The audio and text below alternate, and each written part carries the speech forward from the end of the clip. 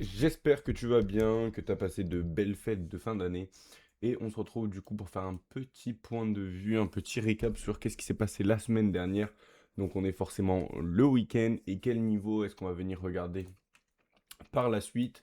Donc globalement, ce qu'on attendait de voir, c'était que le dollar allait revenir dans notre fair value gap CB. Ok, dans un premier temps, globalement, c'était l'idée qu'on avait sur la semaine passée. Pourquoi? Pour plusieurs raisons. Sur la semaine passée, déjà, on avait identifié ce niveau de buy side liquidity qui pour nous était le prochain draw on liquidity, c'est-à-dire que simplement ça allait être le niveau qui allait attirer le prix. Donc je vais essayer de rester très bref sur cette semaine, enfin sur cette semaine, sur cette vidéo. Je pense que la daily review de lundi sera par contre un petit peu plus longue. Mais voilà, celle-là, je vais essayer de rester bref, de voir un petit peu ce qu'on va voir par la suite, etc. Et d'en faire plus un récap. Alors du coup, globalement, on va avoir la buy side, on peut venir voir qu'elle a été attaquée plusieurs fois en début de semaine et qu'après le prix a trouvé le volume in balance weekly. On se rappelle qu'on avait vu sur le graphique weekly qui était juste ici. En fait, c'est la séparation entre cette bougie, le cours de clôture, et cette bougie, le cours d'ouverture. Ok. Et donc on peut voir que ici on commence à s'appuyer dessus, on s'appuie dessus, on s'appuie dessus, et on a le rallye qui vient. On avait ce liquidity void qui nous intéressait. Pourquoi est-ce que c'est un liquidity void ici? Parce qu'on n'a aucun trading du tout, c'est-à-dire qu'on n'a aucun buy side delivery, aucun sell side delivery. Donc globalement, on avait un intérêt pour ce niveau-là.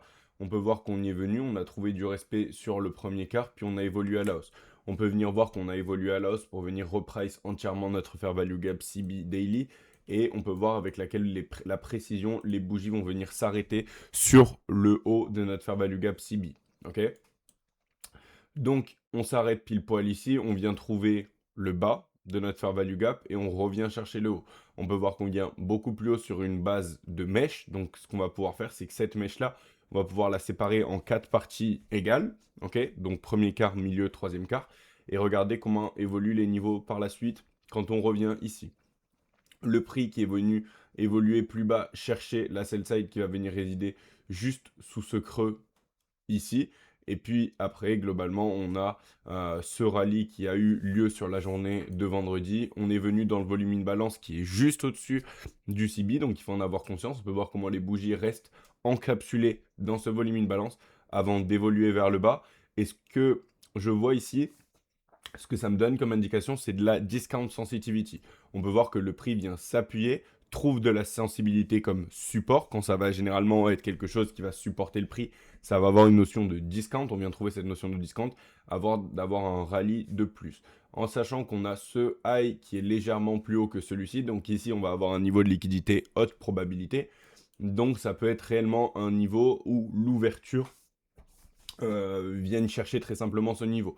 On va également avoir ce lot et ce lot qui est légèrement plus bas, qui va être un niveau de liquidité haute probabilité.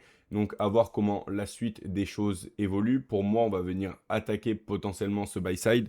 Je vais venir favoriser une attaque de ce buy side de par le fait qu'on est venu, on a trouvé du discount et on a repel vers le haut, on a repoussé vers le haut, on a cette phase de consolidation. Donc même si à terme le prix doit évoluer à la baisse, pour moi, je verrais bien le prix venir chercher ce niveau de buy side. Pourquoi? Parce que ça viendrait piéger pas mal de traders, même si à terme on doit aller à la baisse. Donc ça peut largement avoir une ouverture du NWOG, une ouverture avec un gap plus haut et après partir à la baisse, ou l'inverse, une ouverture avec le bas qui viennent chercher la liquidité qui réside sous ce creux, et après aller plus haut. Je dirais que là, globalement, on a ces deux niveaux de liquidité qui vont venir m'intéresser, à savoir que en plus, avec forcément ce contexte géopo des États-Unis, qui forcément, ce qui s'est passé dans la nuit, il me semble que c'était dans la nuit du samedi, hein, si je dis pas de conneries, on va partir du principe que c'était dans la nuit de vendredi ou de samedi, mais en tout cas c'était ce week-end quand les marchés étaient fermés. On a eu l'opération des États-Unis pour capturer Maduro, qui est le président du Venezuela. Et donc forcément, si les marchés étaient fermés, on va avoir quand même un peu de volatilité qui peut être créée. Et donc forcément, à l'opening, je dirais que ça peut être un peu piège et ça peut créer pas mal de mouvements avec potentiellement une ouverture bien différente de la clôture de vendredi. Donc je conseille de faire très très attention sur l'ouverture que l'on va avoir bah, assez tard, donc dimanche soir. de voir un petit peu comment les choses évoluent.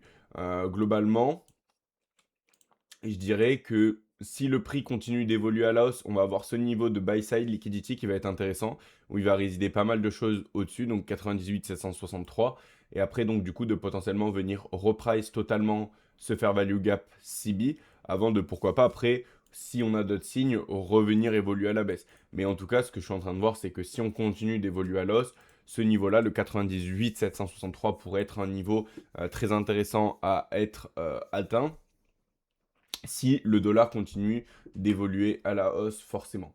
Au niveau du NQ, je tiens à rectifier une petite erreur que j'ai fait sur la semaine dernière. Ici, j'avais mon graphique qui était de cette façon et j'ai appelé ça un fair value gap busy. Donc oui, factuellement, ce n'est pas faux. Dans ce cas-là, je me suis trompé. Je suis désolé, c'est des choses qui arrivent.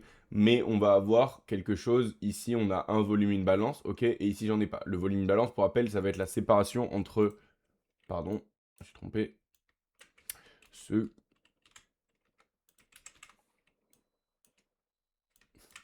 Entre ce cours de fermeture-ci qui est délimité par ce trait bleu et ce cours d'ouverture-ci qui est délimité par ce trait bleu, on a cette notion de saut.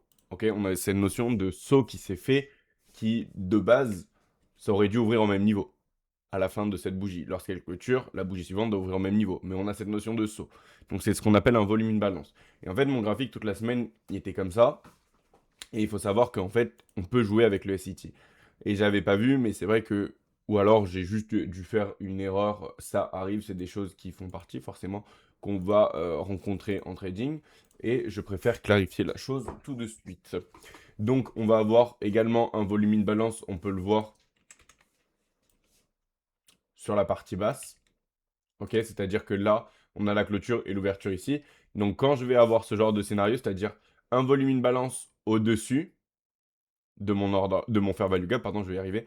Quand je vais avoir un volume, une balance au-dessus de mon fair value gap et un volume, une balance en dessous de mon fair value gap, je vais venir encapsuler les deux. Et ce qu'on va avoir là, ça va être un suspension block. Un suspension block va être une variante d'un fair value gap busy. Pour rappel, un fair value gap busy, c'est un fair value gap haussier. Un suspension block va être une variante. Ça va être un busy qui va être accompagné d'un volume, une balance en haut et d'un volume, une balance en bas. Et donc, du coup, l'entièreté du fair value gap va être celle-ci. Et on peut voir la différence avec le prix qui revient chercher le milieu juste ici avant d'évoluer à la hausse et de repartir à la baisse. Ok. Ici, on va avoir un fair value gap inversé. Donc, ça va être un volume, une balance inversé juste ici à cet endroit-là. On y reviendra plus tard dans la semaine. Mais l'idée, globalement, de cette vidéo que je voulais faire et que je voulais garder assez rapide, c'était pour en grosse partie venir corriger la grosse erreur que j'ai fait sur ce suspension block. Donc oui, ce n'est pas faux de venir l'appeler un fair value gap busy comme moi j'avais fait toute la semaine, mais pour les puristes ICT, si on veut le contenu le plus pur, le plus vrai, il va falloir appeler ça un suspension block et le séparer en cas à partir de ces niveaux-là. Et à ces niveaux-là, on aura plus de précision. D'accord? Donc voilà ce qu'on a. On a ce suspension block, on a le retour dans ce suspension block. Ok, on peut voir qu'on est revenu après ce mouvement haussier. Donc là, actuellement, dans le scénario dans lequel on se trouve, qu'est-ce qu'on va avoir? On va avoir également un fair value gap ici, un fair value gap baissier. Ok, donc si je le trace, ça va globalement donner ça. Ce qu'on va venir faire, c'est enlever un petit peu tout le superflu.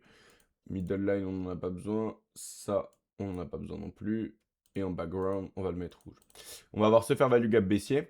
Pareil, ici, je ne vais pas venir me baser sur le plus haut de cette mèche-ci, mais ici. Ok. Si je viens zoomer, on peut voir que j'ai une différence, la même chose que ce que j'ai vu ici. Ok. Je l'ai ici. J'ai mon cours de clôture, mon cours d'ouverture. Donc, ce que je vais venir faire, dans mon cas, c'est que je vais venir intégrer ce volume in balance dans mon fair value gap. Ok. Et je vais avoir ce fair value gap CB. Je vais pouvoir venir l'affiner avec ce volume in balance là, qui est un PG array un petit peu particulier, dont je ne veux pas en parler de suite. Pourquoi? Parce que très simplement, il a été révélé très récemment, et vu que je n'ai pas, j'ai envie de dire, l'expérience nécessaire pour l'apprendre, je le garde de côté. Mais en gros, il est très simplement basé sur le plus haut de cette mèche-là et le fait qu'on ait un volume imbalance juste ici. OK? Donc dans ces cas-là, ce niveau-là va être caractérisé de volume imbalance, mais parce qu'il est à proximité avec ce swing high. D'accord? Donc l'idée n'est pas d'enseigner ce concept-là. Pourquoi? Pour la simple et unique raison que je ne le maîtrise pas encore et que toutes les choses que j'enseigne, c'est des concepts que je maîtrise. Donc celui-là, je ne le maîtrise pas encore. Donc voilà pourquoi, pour le moment, je le laisse de côté. Ici, on va avoir ce fair value gap là, un fair value gap CB. On doit intégrer notre volume imbalance. On peut voir qu'on revient dedans, pile dans notre fair value gap inversé, volume imbalance inversé juste ici. On échoue à venir chercher le milieu. Et on a le gros run vers le bas du vendredi. On a le gros run vers le bas du vendredi. On a cette clôture qui se fait juste en dessous du suspension block. On voit qu'on a quand même laissé encore une partie ouverte. Donc pourquoi pas revenir encore, pourquoi pas évoluer à la baisse. Et à noter qu'on a un énorme pool de liquidité juste en dessous. Ok, on va avoir vraiment cette notion de grosse piscine de liquidité avec un low et un creux qui est légèrement plus haut. Donc ça pourrait être intéressant à venir chercher. À noter également toute cette buy side avec tous ces sommets. Mais ça ne m'étonnerait pas le fait qu'on ait laissé ce fair value gap CB, qu'on soit venu, qu'on a eu cette notion de rejet, qu'on vienne pourquoi pas venir plus bas, prendre la liquidité sell side et faire croire à un breakout, c'est-à-dire un mouvement baissier à long terme, et en fait venir très simplement se rappuyer dans dans ce volume in balance là qui va être celui-ci, donc juste en dessous du sell side liquidity. Et une fois qu'on a pris la sell side, trouver du support pour aller venir attaquer la buy side. Encore une fois, je dirais qu'on a un scénario pour le moment qui, qui est un petit peu piège. Je dirais que très simplement, il est un petit peu piège. Il est un petit peu piège pour savoir où le prix va aller. On a globalement cette phase de latéralisation ici, avec oui, des mouvements certes, mais je favoriserais toujours ce mouvement aussi, encore une fois.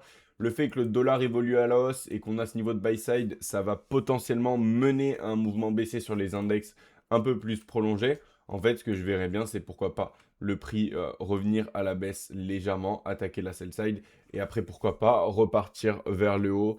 Ça pourrait être intéressant. Encore une fois, ce que je conseille dans le contexte actuel, ça va être d'attendre réellement l'ouverture de lundi. C'est pour ça que cette vidéo est très très courte, parce que personnellement, dans le cas de, entre guillemets, l'attaque des US qui s'est passée ce week-end, je préfère honnêtement attendre lundi, l'ouverture, et de voir comment les choses se passent. Qu'est-ce qui se passe à l'ouverture, comment va être le gap, est-ce qu'il est plus haut, est-ce qu'il est plus bas, etc. etc. C'est pour ça que cette vidéo va être très très courte globalement, et c'était uniquement pour venir corriger mon erreur que j'avais fait sur le suspension block. Quand je vais faire une erreur, je vais le dire, c'est des choses qui arrivent, hein. On n'est pas parfait, on est des humains. Il y a des moments où ce volume balance, je suis passé à côté, je ne l'ai pas vu parce que je regardais d'autres choses. Donc il va y avoir des moments où je fais des erreurs, etc. Et dans ces cas-là, ne t'inquiète pas, je vais venir faire une vidéo pour exprimer mon erreur et j'expliquerai. Donc là, très simplement, c'est le fait que je n'avais pas remarqué ce volume balance et que dans notre cas, on a donc un suspension block. Au niveau des niveaux de la semaine, ça va être un petit peu un cas particulier aujourd'hui. Parce que comme je l'ai dit, euh, j'ai pas envie d'annoncer quelque chose qui potentiellement va voir une ouverture qui se fait largement plus bas ou largement plus haut. Je préfère largement attendre l'ouverture de lundi. Et du coup, lundi, la daily review que l'on va faire sera potentiellement un peu plus longue, un peu plus prononcée sur les niveaux à venir et qu'est-ce qu'on va pouvoir anticiper par la suite. À noter que lundi, je serai en live du coup le matin, comme d'habitude, sur TikTok. Et donc, du coup, on va pouvoir discuter un peu plus de tous ces niveaux, etc. Ensemble de la suite. Mais très simplement, NQ à noter, donc du coup, ce niveau-là qui est utile et qui est ce suspension block à le séparer en 4 parties égales. Et on a également, lorsqu'on avait le prix qui descendait, on avait, comme on avait dit, cette mèche-là qui est la mèche du swing high, ok? Donc, très simplement,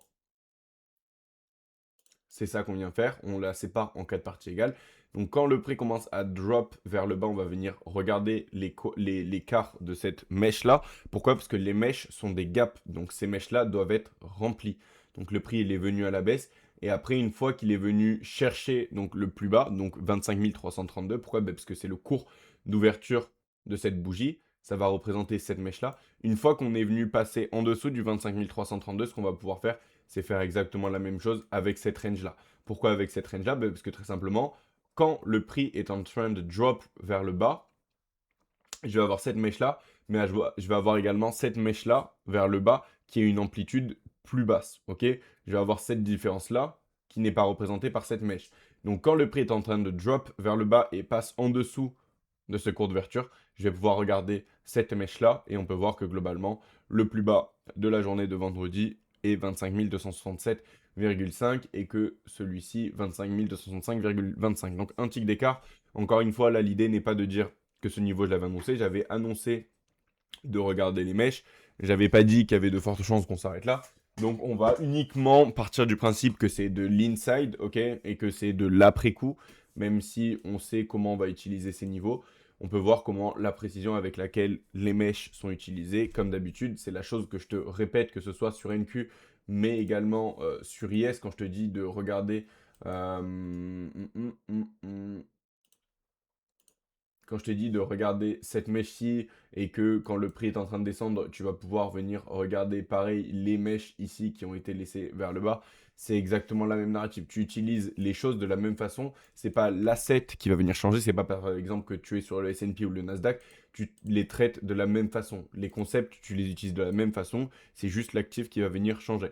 Donc, quand le prix est en train de drop vers le bas, tu vas pouvoir regarder ces mèches et voir comment le prix utilise ces niveaux-là sur des petites unités de temps. Ok, et là, on peut voir la précision avec laquelle on l'a utilisé juste ici.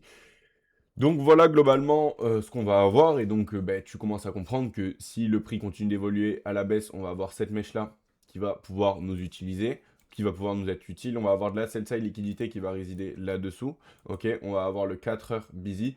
Mais encore une fois, je préfère attendre cette ouverture de lundi. On va avoir de la buy side, à ne pas oublier toute cette piscine de buy side qui va résider plus haut. Donc à voir comment les choses vont évoluer. Cette vidéo-là était très courte. Au niveau du contenu, le plus important, suspension block, si c'est un concept qui ne te parle pas, en fait, très simplement, qu'est-ce que c'est un suspension block? C'est un fair value gap, ok, il faut en avoir conscience. C'est un fair value gap entouré de deux volumes in balance, ok, aussi simple que ça. Donc par exemple, ici j'ai un volume in balance, ici j'en ai un, donc c'est un suspension block. C'est une caractéristique d'un fair value gap. Si c'est quelque chose qui t'intéresse, je peux en parler beaucoup plus dans d'autres vidéos. Je peux faire une vidéo dédiée à ce suspension block, si tu veux, pas forcément lui, mais au concept suspension block, comment l'utiliser, comment le repérer, etc. Mais c'est très simplement un fair value gap classique. Donc cette vidéo du week-end, c'était très simplement pour venir corriger mon erreur, voir que dollar, on a eu un peu ce signe de mouvement haussier qu'on attendait. On attendait de voir que potentiellement le prix allait trouver de la résistance sur le milieu. On peut voir que pour le moment, il est venu le reprice totalement. Ok, il a même trouvé du discount sensitivity lorsqu'il est venu ici. Donc ça veut potentiellement dire que le prix a envie d'aller chercher ce niveau de buy side liquidité au-dessus de 98 763 de par le fait qu'on a également cette inefficacité ici. Globalement, on va la mettre à l'œil, qui a été laissée. On peut voir que cette bougie-là vient clôturer au-dessus de l'inefficacité CB. Et la suivante, elle ouvre, elle vient vers le bas, elle échoue à venir toucher le milieu et elle progresse vers le haut. Ok, donc on a un peu cette notion où ce dernier fair value gap CB, le dernier du mouvement baissier, a été utilisé avec inversion. On est venu au-dessus, on est revenu dedans, on a respecté la partie haute et on a poussé vers le haut. Donc ça me fait dire que pour le moment, le prix a potentiellement l'envie d'évoluer à la hausse et de venir chercher ce niveau de buy side liquidity. Est-ce que ça veut dire qu'on rentre dans une tendance haussière? Non, ça veut dire qu'à plus ou moins court terme, sur la semaine prochaine, je vais vouloir voir pourquoi pas le dollar évoluer à la hausse et venir chercher le 98 763. Mais encore une fois, je dirais attendre l'ouverture de lundi qui va nous permettre d'avoir pas mal d'informations sur ce qui va se passer par la suite. Donc voilà globalement ce qui s'est passé. Si on n'avait pas eu cette notion de repel et d'inversion de ce fair value gap là, j'aurais encore une fois potentiellement continué à, à regarder des prix vers le bas pour la simple et unique raison qu'on a ce volume in balance et donc qu'on ait un full gap closure et les prix qu'ils respectent et qui clôturent légèrement plus haut dans ce volume in balance. Je trouve pas ça déconnant, ça n'enlève pas du tout la narrative, ça je vais l'enlever pour le moment. Ça n'enlève pas du tout la narrative, mais du coup, le fait qu'on soit revenu ici, on a échoué à venir toucher le milieu et on repart à la hausse, me dit que potentiellement on a envie d'aller chercher de la buy side. Et pour moi, la buy side va résider ici, en sachant que ça fait quelques temps qu'on vient travailler sur des creux, des creux, des creux. Donc ça pourrait être un bon mouvement de venir piège, venir break cette structure et après de révoluer à la hausse, à la baisse, pardon. Voilà globalement ce qu'on a sur Dixie. Encore une fois, je dirais d'y aller avec énormément de précautions sur ces débuts de semaine. Et c'est pour ça que cette vidéo-là va pas être très longue. On va faire un point plutôt lundi matin en live et lundi soir en review. En tout cas, je te souhaite une très bonne fin de week-end et je te dis à demain. À plus.